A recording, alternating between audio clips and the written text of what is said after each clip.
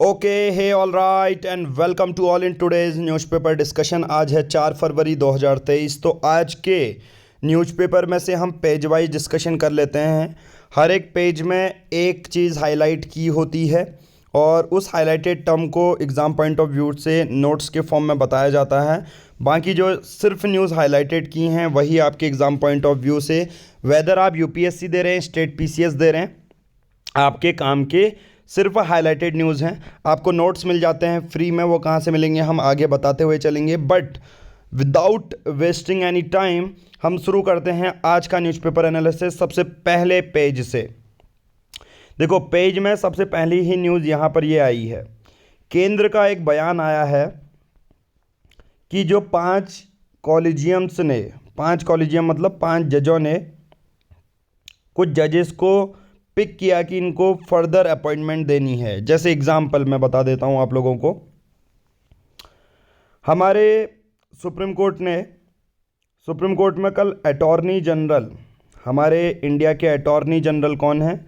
Are Venkat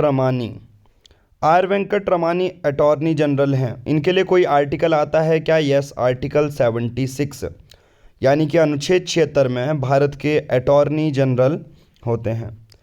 ये क्या काम करते हैं? भारत के लिए, भारत सरकार के लिए एक वकील का काम करते हैं। इंडिया में अगर हाईएस्ट लॉ ऑफिसर कोई हैं तो वो हैं अटॉर्नी जनरल, और उनके लिए कोई आर्टिकल है तो वह है आर्टिकल 76। उन्होंने ये बोला कि अपॉइंटमेंट ऑफ 5 जजेस to the top court will likely to be issued by February 5 फरवरी तक, यानी कि कल तक। जब मैं ये वीडियो रिकॉर्ड कर रहा हूँ आज है 4 फरवरी, और अगले दिन 5 फरवरी तक इन 5 जजेस की अपॉइंटमेंट हो जाएंगी। इन जजेस के, हालांकि ये जो नाम थे सुप्रीम कोर्ट ने, कॉलेजियम ने सुझाए हुए थे, जैसे justice Pankaj Mittal, Sanjay Karol, PV Sanjay Kumar. Top court दिसंबर 13, 2022 में इनके नाम दिए गए थे। दिसंबर में नाम दिए गए थे, अभी चल रही है फरवरी। तो अब ये होता क्या है, देखो कॉलेजियम सिस्टम करता क्या है। बट उससे पहले मैं यहाँ पर ये बोल दूँ, हमारी सुप्रीम कोर्ट ने केंद्र सरकार को बोला कि आपके पास 10 दिन है सिर्फ। आप क्या करो, जो हाई कोर्ट जजेस की हमने रिकमेंडेशन भेजी है उनको अपॉइंट करो as a high court chief justice, या कोई लॉयर हैं तो उनको अपॉइंट करो जज के तौर पर। तो यहाँ पर पूरा मुद्दा किस चीज़ का आता है? 2 चीज़ें मैंने बता दी। एक तो अटॉर्नी जनरल का नाम बता दिया, कौन है? आर वेंकट रमानी साहब हैं, और इनके लिए आर्टिकल बता दिया, हाईएस्ट लॉ ऑफिसर होते हैं, और इनको जो असिस्ट करते हैं वो सॉलिसिटर जनरल ऑफ इंडिया होते हैं, जिनके लिए कोई आर्टिकल नहीं है, ये सिर्फ उनकी हेल्प करेंगे। तो जो जजेस को रिकमेंड करने का काम है कि हाँ ये लॉयर है तो इसको जज बना दो, ये हाई कोर्ट का जज है तो इलाहाबाद वाले इसको कर्नाटका का हाई कोर्ट का जज बना दो, ये कर्नाटका का हाई कोर्ट जब है तो इसको सुप्रीम कोर्ट, दिल्ली में जो सुप्रीम कोर्ट है उसका जज बना दो। ठीक है, तो ये सब कौन काम करता है? ये सब काम करते हैं हमारे कॉलेजियम सिस्टम। तो हमारा पहला ही नोट किस में आ जाता है कि डिफाइन कॉलेजियम सिस्टम। और कुछ इस न्यूज़ में हमारे किसी भी एग्ज़ाम पॉइंट ऑफ व्यू से काम के लायक है क्या? आंसर है नहीं। देखिए टेलीग्राम ग्रुप में आपने जाना है। टेलीग्राम ग्रुप में देखिए मैं आपको बता देता हूँ, यहाँ पर सर्च बॉक्स होता है। सर्च बॉक्स में आपको एक ही चीज़ लिखनी है, ये नाम एज इट इज़ जो आपको दिख रहा है, और ये आपको डिस्प्ले प्रोफाइल मिल जाएगी, पंकज बोरा ऑफिशियल, आप इसको डाल सकते हैं। अब यहाँ पर हर दिन के आपको नोट्स मिल जाते हैं। ठीक है, पंकज बोरा ऑफिशियल में आपको नोट्स मिल जाते हैं। तो सबसे पहला हम नोट पढ़ेंगे, what is the collegium system. 290 group का सब्सक्राइबर जो यूपीएससी की प्रिपरेशन कर रहे हैं, जो स्टेट पीसीएस के हैं, वो हमारे साथ जुड़े हुए हैं, और ये फ्री एक चैनल है। बाद में हम विद इन 1 और 2 मंथ इसको प्राइवेट कर देंगे, तो जल्दी से जल्दी आप लोग इसको ज्वाइन कर लीजिए। तो सबसे पहले बताते हैं what is the collegium system. Collegium system हमारा क्या होता है? ठीक है, यूपीएससी पॉलिटी जीएस पेपर 2 में ये पूछा जा सकता है। देखो कॉलेजियम सिस्टम में हमारे 5 लोग होते हैं। एक होता है चीफ जस्टिस ऑफ इंडिया और 4 सीनियर मोस्ट जज, तो मतलब टोटल 5 जज। तो ये लोग किसी जज को, लॉयर को चुनते हैं ताकि सुप्रीम कोर्ट में उनको लगा दिया जाए या ट्रांसफ़र कर दिया जाए एक हाई कोर्ट से दूसरे बड़े कोर्ट में। ठीक है, हालांकि जो रिकमेंडेशन होती है कॉलेजियम की वो सरकार नहीं मानती है। ठीक है, हालांकि जो कॉलेजियम सिस्टम होगा आपका, जनरली वो क्या करता है, जजेस के नेम, लॉयर के नेम सरकार को दे देता है। बट अगर वो दूसरी बार ऐसा सरकार को करता है तो दूसरी बार सरकार को मानना पड़ेगा। हालांकि टाइम फिक्स्ड नहीं है कि सरकार को कब जो है नाम देने हैं। तो सिंपल सी बात है, कॉलेजियम सिस्टम 5 लोगों का ग्रुप है, वो कुछ नाम सुझाता है केंद्र सरकार को, केंद्र सरकार को वो नाम देखती है और उस हिसाब से जजेस को अपॉइंट कर देती है, राइट। चलिए बात करते हैं पेज नंबर 2 की। पेज नंबर 2 में बैंकिंग सेक्टर के बारे में बताया गया है। देखो, हिंडनबर्ग रिपोर्ट आती है 24 जनवरी 2023। हिंडनबर्ग रिपोर्ट एक यूएस बेस्ड रिपोर्ट है और वो अभी तक जैसे ऐसे मान के लो, चलो 10 लोग हैं, 10 लोगों ने अपनी कंपनी बनाई, उसका नाम हिंडनबर्ग रख दिया। और वो अब क्या कर रहे हैं, जो ऑल ओवर वर्ल्ड में ऐसी कंपनी जो अचानक से उठी, जो स्टॉक को मैनिपुलेट कर रही है, उसको वो देख रही है। बट यहाँ पर जब हिंडनबर्ग की report I, reserve bank of India ने देखा कि यार हिंडनबर्ग रिपोर्ट तो अदानी के अगेंस्ट ऐसा ऐसा बोल रही है, तो क्या एक्चुअल में बैंकिंग सेक्टर में बहुत ज़्यादा लोन है। तो जब रिज़र्व बैंक ऑफ इंडिया ने ये देखा कि यार बैंकिंग सेक्टर तो स्टेबल है, कैपिटल एडिक्वेसी है, एसेट क्वालिटी मेंटेन हुई है और इंडियन बैंकिंग सेक्टर की हेल्थ अभी अच्छी है, ठीक है, इवन 27,000 करोड़ रुपए का लोन दिया है, जो कि अभी कंसर्न वाली बात नहीं है, ऐसा इवन एसबीआई के चेयरमैन ने भी बोला।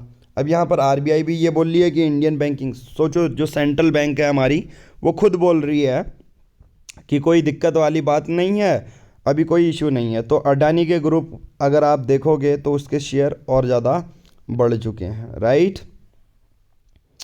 चलिए अब नेक्स्ट पॉइंट करते हैं, एपेक्स को director to banning BBC documentary.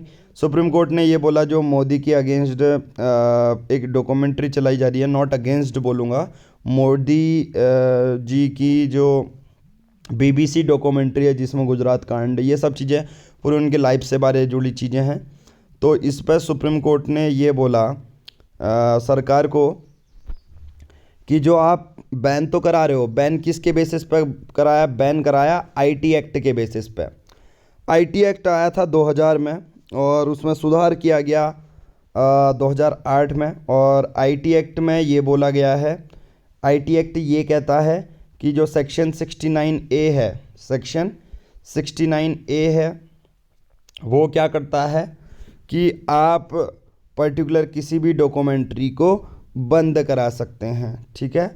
जैसे चाइनीज़ ऐप, टिकटॉक, ये सब चीज़ें हमने बंद कराई, पबजी बंद कराई, तो कोई बोलेगा कौन सा इसके लिए कानून है, वो है आईटी एक्ट। बट अभी का मेन मुद्दा क्या है, जो बीबीसी डॉक्यूमेंट्री मोदी जी के लिए बनाई थी, इंडिया द मोदी क्वेश्चन, जिसमें मोदी जी की पूरी लाइफ में और गुजरात के कांड भी दिखाए गए थे, तो उसमें ये बोला गया है, सुप्रीम कोर्ट ये कहती है कि चलो आप ये बताओ आपने ये डॉक्यूमेंट्री बंद क्यों करवाई। तो अब सुप्रीम कोर्ट कह रही है कि ओरिजिनल डॉक्यूमेंट दो, ठीक है। चलिए, रेलवे सिस्टम बजट 2023-2024 में एक बहुत ख़ास बात हुई, रेलवे के लिए 2.4 लाख करोड़ रुपए एलोकेट किए गए। अब रेलवे के जो मिनिस्ट्री हैं, जो हमारे रेल मंत्री हैं अश्विनी वैष्णव जी, तो इन्होंने ये बोला है कि अभी तक हमारी जो आईटी सिस्टम की कैपेसिटी थी रेलवे की, वो हम सिर्फ 25,000 टिकट बुक करवा पाते थे। अब बजट 2023 में बहुत ज़्यादा रुपया एलोकेट किया है, जिसके बेसिस में हम अपना आईटी सिस्टम बहुत तगड़ी तरह डेवलप करेंगे और 2,500 जो 25,000 टिकट हम 1 मिनट में बुक करा पाते थे, उसका जो बढ़ा के 2.5 लाख 2.25 लाख टिकट्स हम कर देंगे, ठीक है। इस बार फाइनेंशियल ईयर 23-24 के साथ साथ हम 7,000 किलोमीटर की लंबी रेलवे लाइन भी बिछाने वाले हैं, ठीक है। तो यहाँ पर हमारा हो चुका है। चलिए मूव करते हैं पेज नंबर 2 में। पेज नंबर 2 से रिलेटेड, ये एमसीडी से रिलेटेड है, नहीं करना। मेयर पोल्स नहीं करना। Hit and run case, LGCM tussle, PT teacher hit attendant, cricket bat over 60, parking fee, आपको ये नहीं करना। आसाम पुलिस ने अरेस्ट किया, MLC सीट है, ये सब चीज़ें हैं, ये चीज़ याद रख लो। आसाम के चीफ मिनिस्टर हैं हेमंत बिश्व शर्मा। पेज नंबर 4, 19 जो फैमिलीज़ हैं उनके घरों में दरार आ चुकी है। Jammu and Kashmir village develop cracks, और 19 घरों ने अपना घर छोड़ दिया। यहाँ पर हुआ क्या है, चेनाब रिवर के पास जो दोदा ज़िला है नई बस्ती में, वहाँ पर धरती खिसक रही है और करीबन 21 बड़े घरों में बड़ी बड़ी दीवारें आ चुकी हैं। ये देखो ऐसी, तो लोग घर छोड़ रहे हैं अपना। इसके पीछे का चेनाब रीजन वाला एरिया है higher construction plus. Higher construction तो ठीक ही है, दूसरा कंस्ट्रक्शन उस जगह नहीं करना चाहिए जहाँ पर पहले से ही भूमि अनस्टेबल है, राइट। ये कुछ नहीं करना। एक चीज़ याद रख लेता हूँ, एनआईए को रिसीव हुआ एक ईमेल जिसमें मुंबई में टेरर अटैक करने की बात की गई है। एनआईए क्या है, नेशनल इन्वेस्टिगेशन एजेंसी, और ये 2008 में आई हुई थी, ठीक है, ये चीज़ याद रखना है। गोवा बीजेपी टारगेट कुछ भी नहीं करना। देखो कितनी इर्रेलीवेंट चीज़ें आती हैं। अब दिल्ली में एक जेल है तिहाड़ जेल। तिहाड़ जेल में एक सबसे अच्छी बात क्या कर रहे हैं, एआई पावर्ड सर्विलांस सिस्टम कर रहे हैं। एआई मतलब क्या होता है, आर्टिफिशियल इंटेलिजेंस, जिसमें बहुत सारी चीज़ें आपको मुहैया करवाई जाएंगी। 20 एआई पावर्ड कैमरा लगाए जा रहे हैं, जो मुजरिम हैं उनकी फेशियल रिकॉग्निशन ये कर देगा। दूसरा, हर एक सेंट्रल रूम में कॉलिंग फैसिलिटी है। स्टाफ को वॉकी टॉकी दिया जाएगा ताकि वो एक दूसरे से बात कर सकें। ऑप्टिकल फाइबर नेटवर्क बनाए गए हैं ताकि जो बिलिंग है कैंटीन के वो बनाए जाएं, और एक बायोमेट्रिक सिस्टम भी लगाया गया है ताकि रिकॉर्ड्स को मैनेज किया जाए। अब एआई पावर्ड सर्विलांस सिस्टम ज़रूरी क्यों है, आप सबको पता है प्रिजन में बहुत ज़्यादा कस्टोडियल डेथ चल रही हैं। इवन 100 लोगों की अगर जगह है जेल में तो उस जगह 150 लोग ठूसे हुए हैं, 180 लोग ठूसे हुए हैं। ये सबसे बड़ा क्रिमिनल जस्टिस सिस्टम में एक बड़ा चेंज लाने की बात की जा रही है, जो कि दिल्ली तिहाड़ जेल में हुआ भी है। साथ ही साथ इसके साथ मैं एक्स्ट्रा पॉइंट जोड़ना चाहूँगा कि 6 मंथ में रेगुलर इंस्पेक्शन भी किया जाना चाहिए, हेल्थ हाइजीन ये सब का। नाउ पेज वाइज डिस्कशन को आगे कंटिन्यू करते हुए, Kerala budget petrol likely to cost more. Kerala का बजट आ चुका है। जो केरला वाले स्टूडेंट हैं वो अपना बजट पढ़ सकते हैं, राइट। चलिए उसके बात करते हैं। यहाँ पर मेक इन केरला के बारे में बात करी है कि इंडिजिनस बहुत सारी चीज़ें हम बनाने वाले हैं। बहुत सारे मनरेगा के लोगों को पैसा नहीं मिला है, और मनरेगा बहुत जगह आया है, तो मनरेगा हम आगे करेंगे, राइट, बट अभी करने की ज़रूरत है नहीं। फायर आग लगी, 30 student welfare school Andhra Pradesh escape भाग गए। बट हमारा जो क्वेश्चन है जो हमें पढ़ना है वो ये है, the international theatre festival of Kerala to turn Thrissur into global stage. ठीक है, the international theatre festival of Kerala to turn into Thrissur into global stage. अब देखिए 13वां एडिशन चल रहा है India international theatre festival of Kerala. अब इसमें क्या दिखाया गया है, mega show that promises to turn Thrissur into a massive interactive stages from February 5 to 14 with 14 international production ये चलने वाले हैं। ठीक है, मैं एक बार थ्रिशूर के बारे में बता देता हूँ, थ्रिशूर है क्या। देखिए एक तरह से थ्रिशूर पूरम एक हिंदू फेस्टिवल है जो कि केरला में होता है। इससे रिलेटेड मैं बता देता हूँ, केरला में थ्रिशूर जिले भी है। तो थ्रिशूर पूरम एक तरह से सालाना हिंदू धर्म का एक त्यौहार है, और it is celebrated on the day when the star सायर Pooram occurs in the Malayalam month of Medam, अप्रैल मई में आता है। यह त्यौहार मनाने का इसके पीछे रीज़न था, राजा राम वर्मा, फेमसली इनको सक्तनपुरम कहते थे। ठीक है, सक्तन थम्पुरन द महाराजा ऑफ कोची, कोची के ये महाराज थे, राइट। और पूरम में 10 मंदिर आते हैं in and around Thrissur and is considered to be a ceremony where these deities come together to pay obeisance to lord Shiva, और यहाँ शिवजी भगवान को डेडिकेटेड है ये। ठीक है, बस इससे ज़्यादा आप नहीं कर सकते। एक सबसे बड़ी बात है कि both the Muslim and Christian community participate in the festival in A variety of way highlighting secular credential of the state. अगर आप बोलेंगे कि कोई राज्य कैसे सेकुलर है, धर्म निरपेक्ष कैसे है, तो आप कहोगे केरला राज्य में त्रिशूर पूरम जो त्यौहार होता है उसमें Hindu as well as Muslim community as well as Christian community भी पार्टिसिपेट करती है, जो कि सेकुलर स्टेट को बहुत पूरी तरह डिनोट करता है। देखिए, एक सबसे बड़ी बात है कि 7वां दिन जब पूरम का लास्ट दिन होता है उसे पक्कल पूरम भी कहते हैं, राइट? क्या कहते हैं? पक्कल पूरम। ठीक है, ये आपको पता चल गया। अब आते हैं एडिटोरियल्स में। एडिटोरियल में देखो, सबसे पहला एडिटोरियल ये आता है बजट। निर्मला सीतारमण जी भारत की वित्त मंत्री हैं, फाइनेंस मिनिस्टर हैं। उन्होंने बजट जो पेश किया 2023 वाला, और उसमें ये बोला गया कि जो नेट जीरो कार्बन एमिशन है वो 2070 तक हम कम कर देंगे। नेट जीरो कार्बन एमिशन का मतलब क्या होता है? सपोज मैंने कुछ टन्स 2 टन की CO2 एक साल में एमिट करी, तो 2 टन की CO2 ही एक साल में मैंने एब्जॉर्ब भी करनी चाहिए, वेदर प्लांट से होगी या मशीन से होगी। तो इसे कहते हैं नेट जीरो कार्बन एमिशन, कि आप जितना एमिट कर रहे हो उतना ही क्या है, एब्जॉर्ब भी कर ले रहे हो। साथ ही साथ वर्ल्ड इकोनॉमिक फोरम की एनुअल मीटिंग हुई थी डावोस में, जहाँ पर ये बोला कि इंडिया ने सबसे ज़्यादा फोकस किया जो क्लाइमेट चेंज हो रहा है उस पर। साथ ही साथ with the country population set to overtake China sometime this year, उसके साथ भारत एक ऐसा देश बन चुका है जो विश्व में जिसकी जनसंख्या सबसे ज़्यादा देखने को मिलती है, राइट?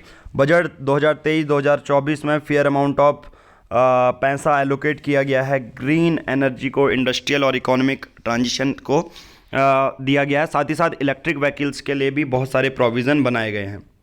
इस बार के बजट में ये भी बताया गया है कि जो लिथियम आयन सेल्स होती हैं, बैटरीज होती हैं, जो इलेक्ट्रिक व्हीकल्स में लगती है, अगर उनको हमें दूसरे देशों से मंगाना है तो फिर इंपोर्ट ड्यूटी भी उसमें कम लगाई गई है, तो जो एक अच्छी बात है, जो कि एक अच्छी बात है, राइट?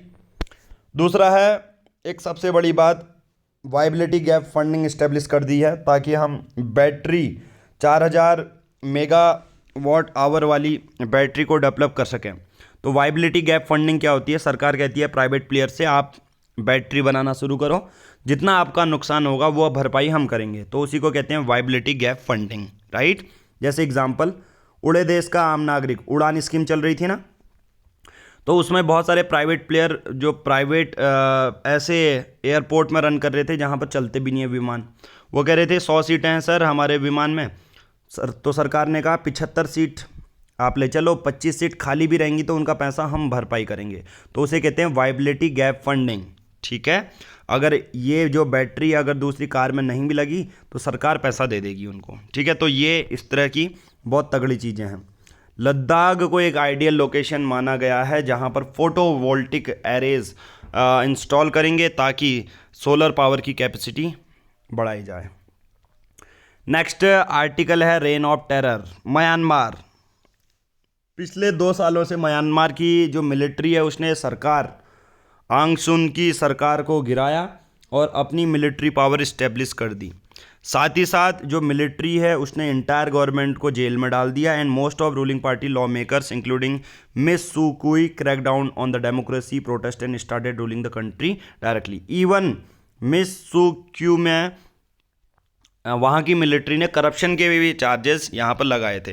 अब मिलिट्री कूप तो हो ही चुका है, तब से क्या हुआ है देखो, जब से मिलिट्री कूप हुआ है 3000 सिविलियंस मारे गए हैं, ये तो ऑफिशियल डाटा है। सोचो, ऑफिशियल मतलब कि जो सरकार दिखा रही है वहाँ की, 3000 लोग मारे गए हैं, 40,000 लोगों के घर तोड़ दिए गए हैं, 1.5 मिलियन लोगों ने अपना घर छोड़ दिया है। सोचो, यूनाइटेड नेशन ये कहता है कि 17.6 मिलियन पीपल, रफली ए थर्ड ऑफ म्यांमार, मतलब 1/3 हिस्सा जो म्यांमार की जनसंख्या है, उनको ह्यूमैनिटेरियन असिस्टेंस की अभी ज़रूरत है। तो भारत भी अभी इसमें आगे अग्रसर होता हुआ देखने को मिल जाता है हमें। श्रीलंका, यहाँ पर ये आर्टिकल है कि Sri Lanka 75th independence day celebrate कर रहा है, बट क्वेश्चन ये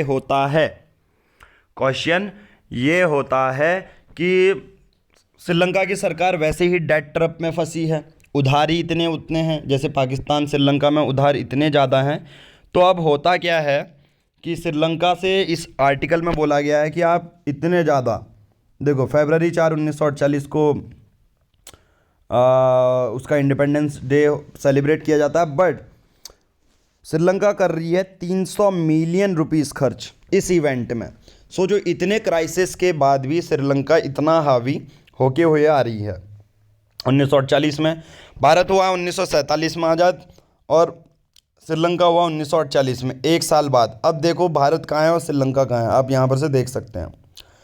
ऑलरेडी पब्लिक मनी का यूज़ कर चुके हैं, जो टैक्स का पैसा आ रहा है। श्रीलंका की सरकार अभी ये क्या कर रही है कि हम तो इसे भाई सेलिब्रेशन में उड़ाएंगे। तो ये वही बात है कि आपका पैसा आ नहीं रहा, आपकी इकोनॉमी डाउन चल रही है। वेदर आप दूसरे सेक्टर में पैसा खर्च करें, आप 75th ईयर ऑफ इंडिपेंडेंस में पैसा खर्च किए जा रहे हैं। जीएस पेपर 2 से रिलेटेड ये पूरा आर्टिकल दिया गया है। यहाँ पर आर्टिकल का मैं सार बता देता हूँ है क्या ये। देखो, the highest court of India reach the almost last frontier of transparency in its agreeing to the live telecast of some of the hearing. ठीक है, अब यहाँ पर बात की जा रही है कि जैसे हिंदी, गुजराती, उड़िया और तमिल है, as the English language in its legal avatar is not comprehensively to be 99% of the citizen is another step towards making judicial process more accessible। अब यहाँ पर आप सब लोगों ने बहुत जगह ये भी देखा होगा, जो हाई कोर्ट्स की अगर प्रोसीडिंग होगी, हाई कोर्ट के इवन चीफ जस्टिस भी होंगे, तो बहुत सारी लाइव स्ट्रीम में वीडियो आपने वो देखी होगी कि जिस जगह है गुजरात के हैं तो जनरली वो गुजराती बोलते रहे हैं। जज, इवन जज की बात कर रहा हूँ मैं, राइट, कोई हिंदी बोल दे रहे हैं। हालांकि अगर लीगल सिस्टम चलता है तो इंग्लिश से बेहतर कोई माध्यम है ही नहीं। एज़ पर कॉन्स्टिट्यूशन उसने भी कहा है कि जो यार सुप्रीम कोर्ट की प्रोसीडिंग होगी, लॉ में जितना भी लिखा गया है कि सुप्रीम कोर्ट की जितनी भी प्रोसीडिंग होगी वो इंग्लिश में होगी। बट यहाँ पर हमारे जजेस ये बोलते हैं कि अगर आप हिंदी, गुजराती, उड़िया ये भी बोलें और इंग्लिश बोलें तो 99% तो सिटीजन उसको समझ ही नहीं पाते हैं। तो हमें जुडिशियल प्रोसेस को और ज़्यादा लोगों तक पहुंचाने के लिए, लोगों को और ज़्यादा जागरूक बनाने के लिए ये भाषाएं यूज़ करते हैं, जो कि जुडिशियल प्रोसेस को और ज़्यादा एक्सेसिबल बना देती हैं। ठीक है, राइट टू इन्फॉर्मेशन एक्ट 2005 से भी हमारी चीज़ें बहुत सुधार में आई हैं। तो ये पूरा आर्टिकल उसी से रिलेटेड दिया गया है कि किस तरह से हम अपने जुडिशियल प्रोसेस को और ज़्यादा सरल बना सकते हैं, जो लूप होल्स हैं। जैसे इसमें एक कॉलेजियम सिस्टम वाला भी आप एग्जांपल डाल सकते हैं कि जो कॉलेजियम सिस्टम सजेस्ट करती है केंद्र सरकार को नाम कि इन जजेस को अपॉइंट करो, तो उनकी अपॉइंटमेंट जल्दी हो जानी चाहिए विदाउट डिले। ठीक है, ये भी एक मोस्ट इंपॉर्टेंट चैलेंज बना हुआ है कि वैकेंसी जजेस की खाली हैं फिर भी सेंटर अपॉइंटमेंट नहीं कर रहा है। ग्राउंड जीरो आर्टिकल है, ये तो किसी मूवी का सीन चलता है। एक बंदे ने क्या किया, अपनी कार ठोकी और अपना मिलता जुलता चेहरा वो देख रहा था कि रेलवे स्टेशन जा रहा था कि मेरे से मिलते जुलती चीज़ें, लाश कोई है तो नहीं, पर वो एट द इंश्योरेंस के वजह से पकड़ा गया। ठीक है, इंश्योरेंस की वजह से अपने फेक डेथ उसने वो की थी, पर काम करने की ज़रूरत है नहीं। चलिए नेक्स्ट बात करते हैं, ये नहीं करना, ये नहीं करना, ये नहीं करना। यहाँ पर रिमोट ईवीएम्स का यूज़ अपकमिंग इलेक्शन में नहीं करेंगे, ऐसा किरण रिजिजू साहब कह रहे हैं, हमारे लॉ मिनिस्टर्स। बहुत बड़ी बात है। एनआरआई वोटर्स को यूज़ नहीं करेगी। ठीक है, तो ये हमारा नहीं करना। पेज नंबर आ जाते हैं 9 में। बीजेपी यूज त्रिपुला, नड्डा, हेमंत विश्वास, वही चल रहा है पूरा हर चीज़। मनरेगा इतना आ गया तो एक मनरेगा कर लेते हैं। मनरेगा यानी कि Mahatma Gandhi national rural employment guarantee act. ये एक्ट 7 सितंबर 2005 को पास हुआ था, राइट। और ये एक्ट किन के लिए था, जहाँ पर 100% शहरी आबादी होती है उसके लिए नहीं है, जहाँ ग्रामीण पॉपुलेशन होगी और अनस्किल्ड लेबर है उनके लिए। अब इसमें क्या है, जब कोविड-19 आया था मनरेगा के लिए और ज़्यादा रुपए एलोकेट किए गए थे। मनरेगा की थोड़ी हिस्ट्री के बारे में बता दूं। 1991 में जब पीवी नरसिम्हा राव की सरकार थी तो लोगों को एग्रीकल्चर लेबर था, इंफ्रास्ट्रक्चर डेवलपमेंट करना था, फूड सिक्योरिटी को बढ़ाना था। इसके लिए मनरेगा काम करती थी। तो ऑब्जेक्टिव क्या है, 100 दिन का रोज़गार मिलेगा, अनस्किल्ड लोगों को सिक्योरिटी मिलेगी और जो माइग्रेशन होता है ग्रामीण क्षेत्र से लोग शहरी क्षेत्र को भागने लग जाते हैं वो भी कम होगा। तो आपको ये भी आपको नहीं करना। नेक्स्ट है पेज नंबर 10। आपका जो काम है वो क्या नहीं पढ़ना, ये नहीं पढ़ना, ये पढ़ना है।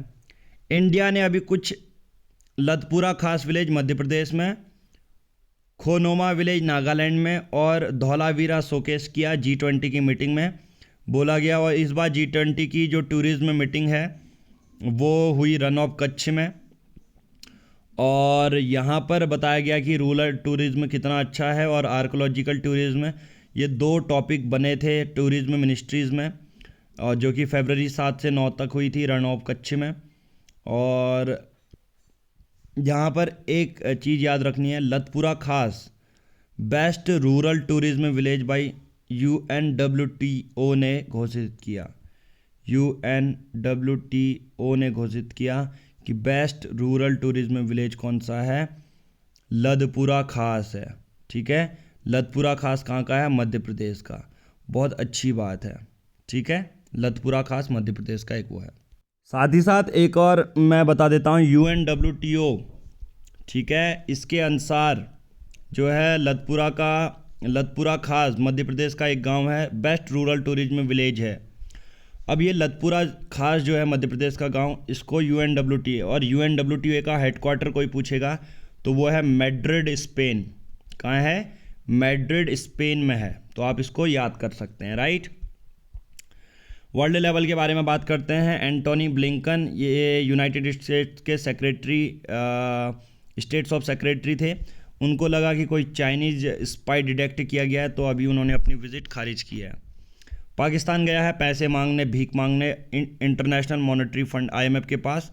IMF इतने तगड़े रूल बता रहा है कि फट चुकी है इसकी, पाकिस्तान के PM की। ठीक है, शहबाज शरीफ की। दूसरा है यहाँ पर देखिए, SBI के चेयरमैन जो खाड़ा जी हैं, उन्होंने ये बोला कि 27,000 करोड़ रुपए दिए हैं, अभी कोई कंसर्न है नहीं। अदानी का हिंडनबर्ग रिपोर्ट की वजह से बहुत सारे नेगेटिव पॉइंट आए थे, तो जब चेक किया तो RBI भी बोल रही है कि अच्छा परफॉर्म कर रहे हैं बैंकिंग, और SBI ने भी यही बोला है। बट क्वेश्चन ये है कि government allow Vodafone Idea to convert AGR dues. AGR होता क्या है, ये मैं आपको पूरी तरह पढ़ाऊंगा, क्योंकि ये साइंस एंड टेक्नोलॉजी में डायरेक्टली पूछा जाएगा। बाकी और हमारे काम के लायक कुछ नहीं है, और हम अपना डिस्कशन यहाँ पर ख़त्म करेंगे AGR पढ़ने के बाद। AGR यानी कि adjusted gross revenue, UPSC GS paper 2 government policies में ये आएगा। ठीक है। Court also initiated contempt proceeding against the telecom companies for not paying the AGR dues. AGR होता क्या है, AGR का मतलब होता है एडजस्टेड ग्रॉस रेवेन्यू। ठीक है, AGR का मतलब क्या होता है, एडजस्टेड ग्रॉस रेवेन्यू। ये एक तरह से बहुत सिंपल होता है यार, ये डिपार्टमेंट ऑफ टेलीकम्युनिकेशन को देना पड़ता है। डिपार्टमेंट ऑफ टेलीकम्युनिकेशन कह रहे हैं एयरटेल जियो से आप चलाओ, बट आप लाइसेंसिंग फीस, ठीक है, आपको देनी पड़ेगी। जो हम लाइसेंस देते हैं आपको, वो आपको देनी पड़ेगी, और यही होता है एडजस्टेड ग्रॉस रेवेन्यू। इसमें चार्जेस, लाइसेंसिंग फ़ीस चलती है 3 से 5% तक, लाइसेंसिंग फ़ीस 8% तक देनी पड़ती है। तो एक तरह से मान के चलो ये कि अंबानी अपनी जियो की सिम चला रहा है, तो उसकी लाइसेंसिंग फ़ीस वो सरकार से लेगा और वो AGR में से देगा। पर क्वेश्चन ये आ रहा है कि एडजस्टेड ग्रॉस रेवेन्यू होता क्या है। 2005 से क्या हो रहा है, देखो सरकार को चैलेंज किया गया कि सरकार जो है अनवांटेड हमसे रुपए ले रही है। देखो होता क्या है, AGR included all receipt except capital receipt and revenue from non core sources such as rent, profit on the sale of fixed asset, dividend, interest and miscellaneous income. देखो AGR होता क्या है, बहुत सिंपल है। जियो एक सिम है, मैंने recharge कराया 399 का, कुछ पैसा जियो को गया, तो कुछ AGR में उसका लाइसेंसिंग फ़ीस देना पड़ेगा। इवन जियो को, अंबानी को फ़ायदा हो रहा है कि यार कोई उसने वही पैसा जो 399 वाला आया, वो पैसा पेट्रोल में डाला या किसी रेंट लगा दिया, तो उसको भी सरकार कहती है कि वो वाला पैसा भी हमें दो। बट जो कंपनीज़ का कहना है वो बोलना है कि आप सिर्फ रिचार्ज का, जो हमारे बेस्ट सिम से आ रहा है, जो नेटवर्क से पैसा आ रहा है, आप AGR से वही पैसा लें, ना कि आप वो वाला मत इंक्लूड करें। कौन सा, रेंट, प्रॉफिट, ये सब इंक्लूड मत करें। तो AGR बहुत सिंपल है, जो अलग अलग कंपनी होती है, मोबाइल कंपनी, उसको पैसा देना पड़ता है लाइसेंसिंग फ़ीस का, उसे AGR कहते हैं। बहुत सारी जो कंपनीज़ हैं उन्होंने अपनी लाइसेंसिंग फ़ीस दी नहीं है। ठीक है, चलिए बाद में बात करते हैं। आज की इस वीडियो में हम इतना ही करेंगे। आप भी इस चैनल को ज्वाइन कर लीजिए। वीडियो अच्छी लगी है तो लाइक कीजिए, चैनल को सब्सक्राइब कर लीजिए। बहुत सारे लोग वीडियो देखते हैं, चैनल को सब्सक्राइब नहीं कर रहे हैं, तो ज़्यादा से ज़्यादा लोगों से रिक्वेस्ट है कि चैनल को सब्सक्राइब कर लीजिए। Thank you, have a nice day.